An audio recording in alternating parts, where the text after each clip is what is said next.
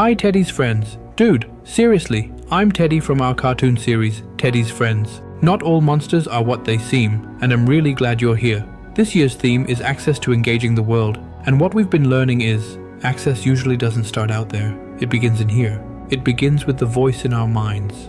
Everyone has an inner monster, and when we can see it, we get access, and from that access, we get to choose. That's where empowerment begins.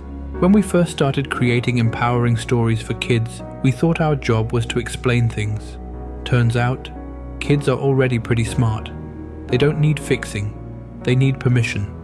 Permission to feel what they're feeling. Permission to ask questions. Permission to laugh while they're figuring things out. Here's something that surprised us. Kids understand this faster than adults.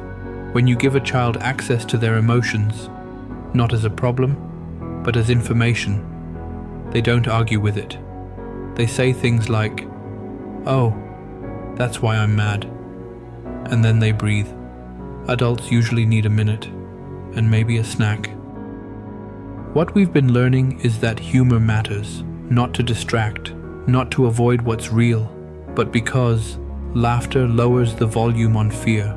When things feel lighter, kids stay present, parents stay open, conversations last longer, and suddenly, people are engaging instead of reacting. So when we talk about access to engaging the world, for us that access looks like a kid finding words instead of throwing something, a parent pausing instead of fixing, a family having a conversation that didn't feel possible before. Those moments are small, but they're not insignificant.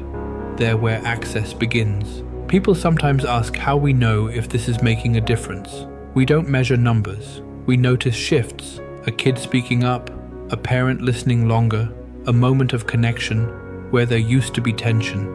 That's not a strategy, that's access. Sometimes our work looks playful, sometimes it looks quiet, sometimes it's just sitting with someone who feels alone.